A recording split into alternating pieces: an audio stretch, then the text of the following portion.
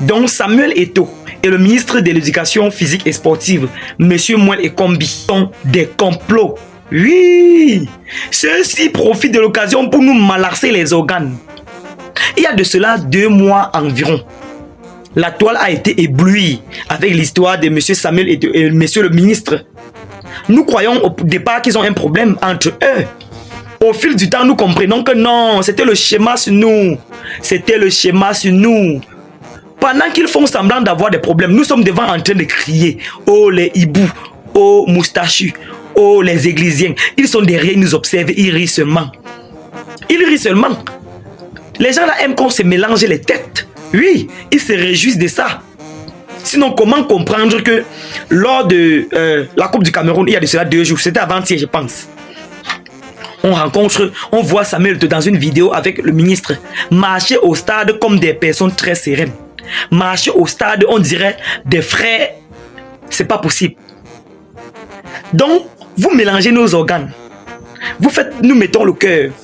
Et vous nous observez dans la loupe, vous riez. Vous avez formé 2 camps. Pendant que nous sommes en train de débattre, pendant que nous sommes en train de faire les combats, mener les combats sur les réseaux sociaux, oh les églisiens, les hiboux, moustachus, patati, patata, vous êtes derrière en train de rire. Regardez vous-même la démarche de ces 2 gens-là. Regardez, observez minutieusement la démarche des 2. Donc les 2, si ils ont un problème. Donc les 2, si qui sont en train de marcher là, il y a un problème entre eux. Non, c'est pas possible. Ça veut donc dire que le général Valsero a parfois raison. Le général Valsero, c'est lui seul qui comprend l'enjeu. Oui, c'est le général Valsero qui comprend clairement ce qui se passe.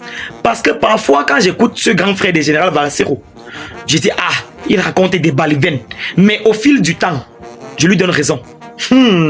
Au fil du temps, je lui donne raison. Pendant que ces gens-là vous malaxent, vous êtes en train de vous insulter par-ci, par-là. Ils sont derrière en train de continuer leur relation d'amitié. Ils ne sont pas avec vous. Mais faut pas cette vidéo signifie tout simplement que ces 2 n'ont pas de problème. Ce que vous avez vu sur la toile il y a environ quelques mois là. C'était juste le malaxage d'organes. Sinon, il n'y a rien entre eux 2.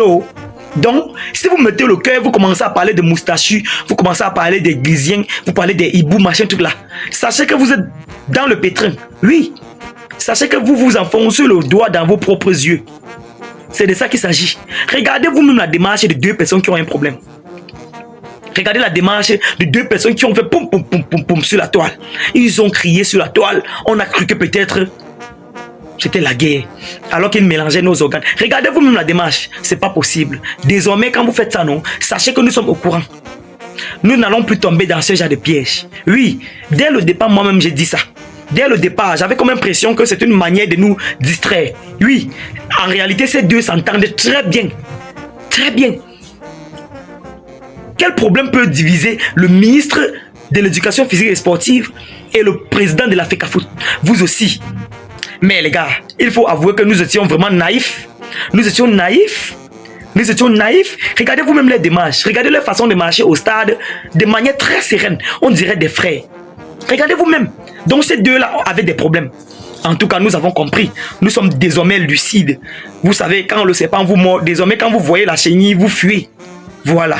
En tout cas, je voulais juste attirer votre attention. N'oubliez pas de vous abonner sur cette page pour ne rien manquer sur mes prochaines publications de buzz, de Japap, de Congo, d'actualité du Cameroun et partout dans le monde. C'était Kevin Fopa. Surtout, portez-vous bien.